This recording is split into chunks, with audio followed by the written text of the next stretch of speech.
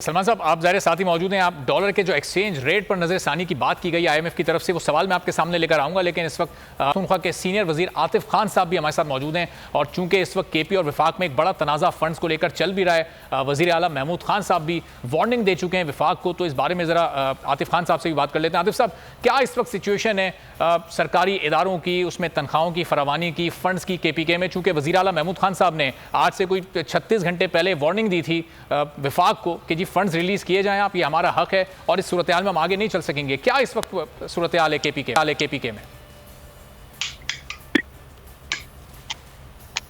Position है province की। आतिफ खान साहब, आवाज आ रही है आपको? 21 अरब रुपए आपका।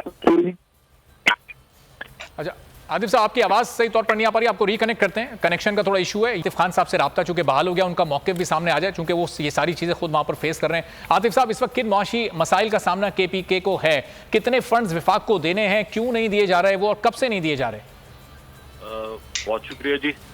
तकरीबन कोई, अगर मैं एग्जैक्ट अमाउंट आपको बताऊं, 120 अरब रुपए है जो कि वाजिबुल अदा हैं, इन्होंने देने हैं और पिछले 6 महीने से टाल मटोल हो रही है और ऐसे रिलीज नहीं हो रहे।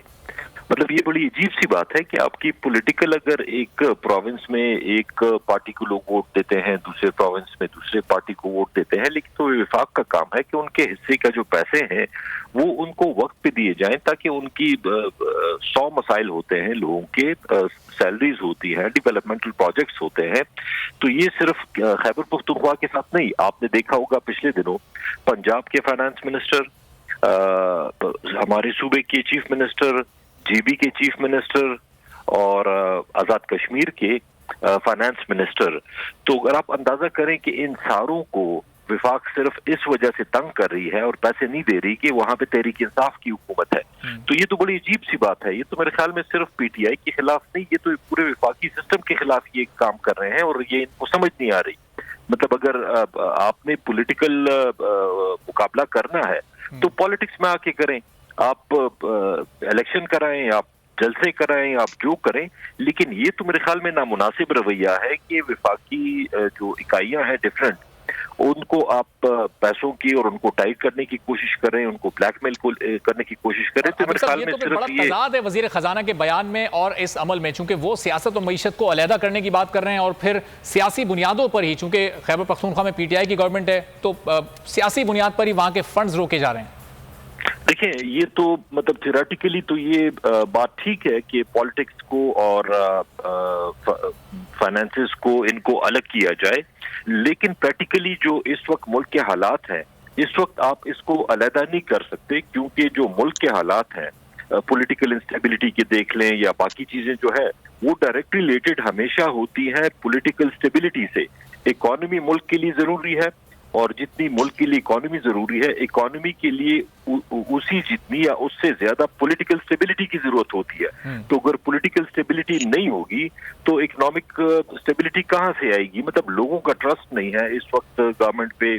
आपने खुद ही जैसे जिक्र किया, मुझे भी पता है, एलसीज नहीं खुल रही, इंपोर्ट्स में लोगों को, रॉ मटेरियल्स में लोगों को प्रॉब्लम हो रही है, फॉरेन रिजर्व कहाँ पे चले गए हैं।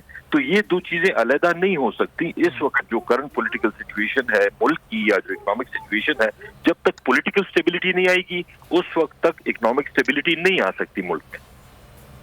अच्छा आतिफ साहब, चूंकि ज़ाहिर है आप खुद भी सीनियर वजीर हैं, मामलात को बहुत करीब से आप देखते हैं, प्रैक्टिकली फील करते हैं, तो ये मुल्क वाकई डिफॉल्ट की तरफ जा रहा है? वो आप जनरल डिफॉल्ट या टेक्निकल डिफॉल्ट, जो भी आप उसको कह लें। देखिए, मतलब मुझे तो एग्जैक्टली ये तो जो मईशत के एक्सपर्ट्स हैं, जाहिर बात है वो जो इसके अपने डाटा होता है उसके मुताबिक ही करेंगे, लेकिन एक चीज तो क्लियर है, मतलब आप इस वक्त फॉरेन रिजर्व्स की नंबर्स को देख लें और उससे साल पहले देख लें, इसी तरह आप एक्सपोर्ट्स के नंबर्स देख लें और साल पहले के देख लें, तो जो चीजें हैं वो तो बिल्कुल, अगर डिफॉल्ट नहीं हुआ तो कम से कम मतलब उसके करीब तो बिल्कुल वो जो रेड लाइट होती है ना, वो जो वार्निंग के लिए रेड लाइट ऑन हो जाती है, तो ये तो बिल्कुल रेड लाइट ऑन हो गई है।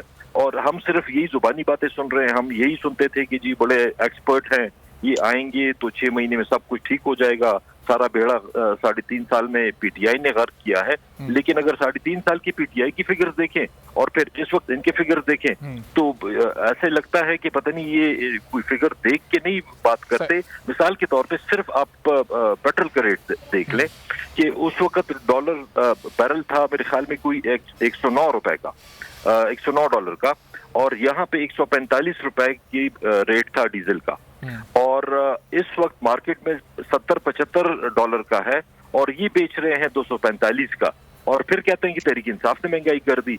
तो मतलब हम $109 का लेके 145 का बेच रहे थे, ये 75 का लेके सही। अच्छा, 225 का इस वक्त ये बेच रहे हैं आतिफ साहब। अच्छा, अब जाहिर है कि एक तरफ तो ये केपी का फाइनेंशियल क्रंच है और दूसरी तरफ केपी असेंबली की तहलील की बात भी हो रही है, तो और जाहिर है खान साहब जा भी रहे हैं लिबर्टी चौक पर, उसका ऐलान करेंगे अब से 4-5 रोज के बाद। तो ऐसे फाइनेंशियल क्रंच की सिचुएशन में मुनासिब होगा ये पॉलिटिकल स्टेप असेंबली को तहलील करना? सूबा मजीद बहरान का शिकार नहीं हो जाएगा इससे? वो तो सिंपल सी बात है। देखें, बड़े मकसद के लिए आपको छोटी छोटी कुर्बानियां देनी पड़ती है। अच्छा। अगर मुल्क को इकोनॉमिक स्टेबिलिटी की तरफ लेके जाना है, उसका वाहिद हल पॉलिटिकल स्टेबिलिटी है, और पॉलिटिकल स्टेबिलिटी इलेक्शन से आएगी कि इलेक्शंस हो, फेयर एंड फ्री इलेक्शंस हो, और क्लियर कट एक गवर्नमेंट को 5 साल का मैंडेट मिले, और उसके मुताबिक फिर वो पॉलिसीज भी 5 साल की बनाएं, बाहर के मुल्क भी आपसे उसी हिसाब से डील करें।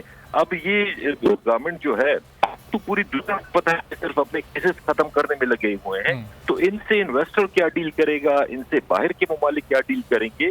तो मैं ये नहीं कहूंगा कि हम अगर ये छोटी कुर्बानी देते हैं बड़े मकसद के लिए ताकि इलेक्शंस हो और ये लोगों को भी सुकून आए कि मतलब कोई ठीक तरफ मुल्क चलने लगे, और ये जो इस वक्त इंस्टेबिलिटी है, मुल्क चल नहीं रहा और वो अपने केसेस खत्म कराने में लगे हुए हैं।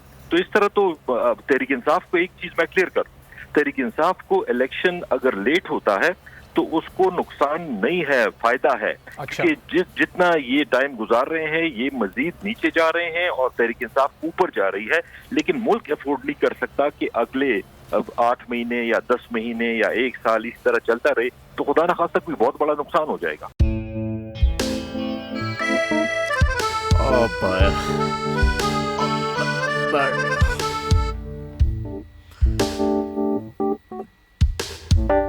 इंतशार से निकलने का वाहिद हल इंतखाबात हैं।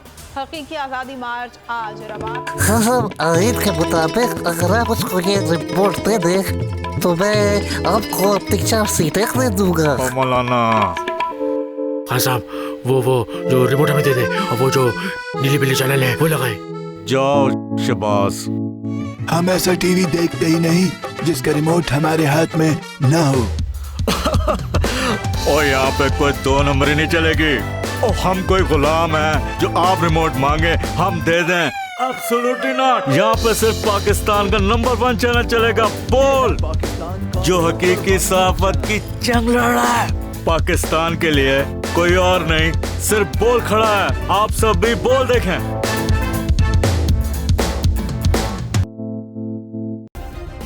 सब्सक्राइब करें और बेल दबाएं ताकि कोई खबर रह न जाए।